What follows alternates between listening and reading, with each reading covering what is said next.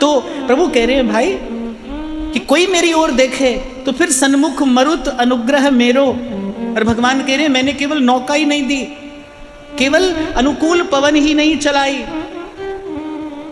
करणधार सदगुरु दृढ़ नावा, दुर्लभ साज सुलभ करी पावा। और प्रभु कहते हैं ये तीनों मिल जाने के बाद भी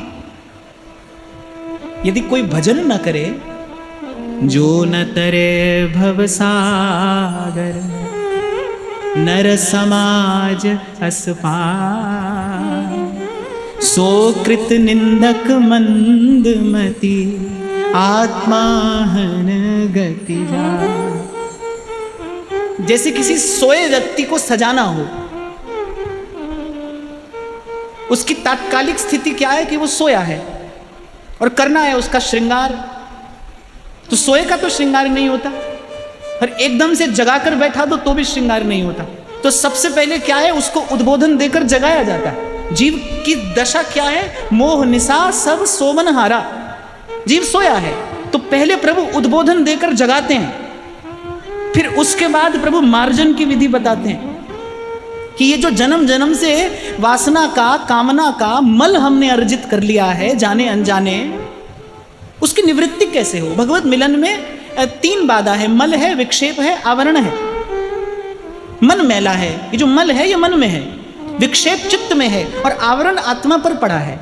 तो इस मल विक्षेप और आवरण से कैसे मुक्ति हो, तो पहले प्रभु उद्बोधन देकर जगाते हैं, सावधान करते हैं। जो न तरय भव सागर नर समाज अस पाई, सो कृत निंदक मंदमती आत्मा हन गति जाए।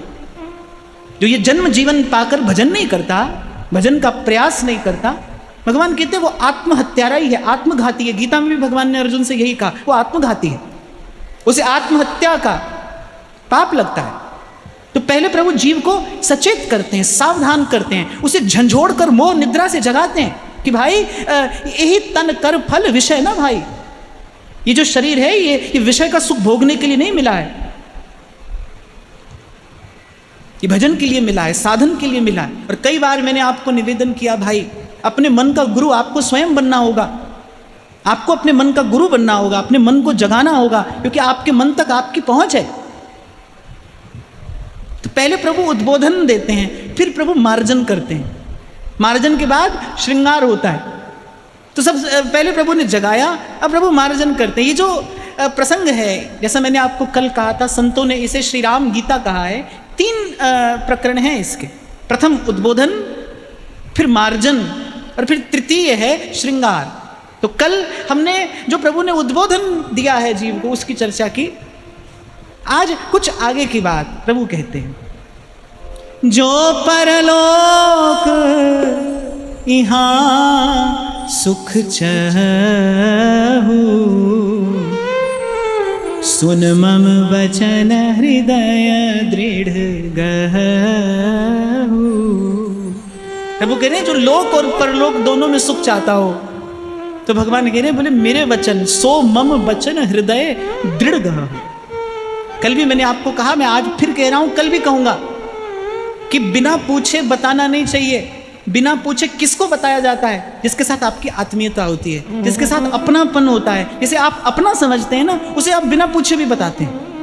जहां पर कोई औपचारिकता नहीं होती, जहां केवल विशुद्ध आत्मीयता होती है, वहां आप बिना पूछे भी बताते हैं। प्रभु बिना ही पूछे बता रहे हैं। जब श्री शबरी जी को कहा प्रभु ने, तब भी बिना ही पूछे कहा, तभी बिना ही पूछे कहा। वस्तुतः श्री ठाकुर जी अपने स्वभाव के वश में है। वो जो अकारण करुणा है ना प्रभु के हृदय में, जो उमड़ती है जीव की दशा का विचार करके, उसी करुणा के वशीभूत होकर प्रभु कहते हैं। तो भगवान कह रहे हैं जो परलोक यहाँ सुख चाहू, लोक परलोक में सुख चाहता है, सुन मम वचन हृदय दृढ़ गहु।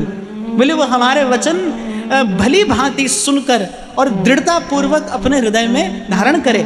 सुलभ सुखद मार्ग यह भाई, भगति मोरी पुराण श्रुति गाई।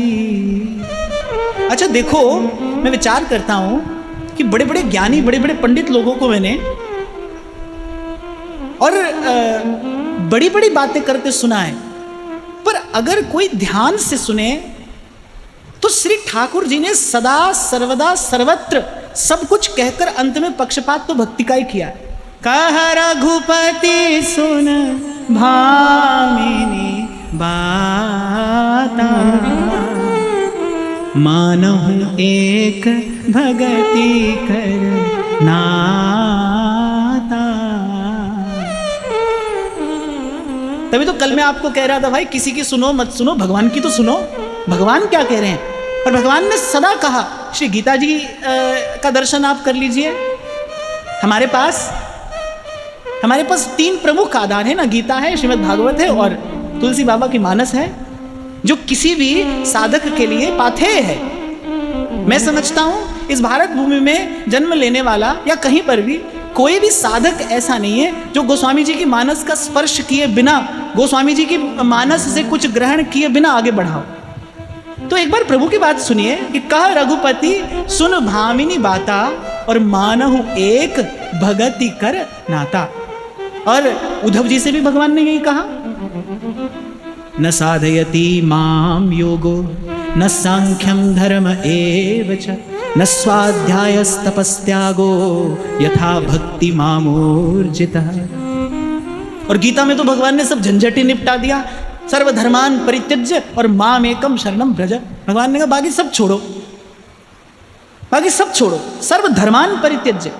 तो सीधा सीधा भक्ति का पक्षपात है, ये सीधा सीधा भक्ति तत्व की, भक्ति सिद्धांत की प्रतिष्ठा है। और मैं कहता हूं कि भाई भगवान की बात सुनो। भगवान कह रहे हैं कि आप अपनी ओर से बनाते रहिए कोई भी संबंध, पर संबंध तो तभी सफल होता है ना जब उभय पक्षीय हो।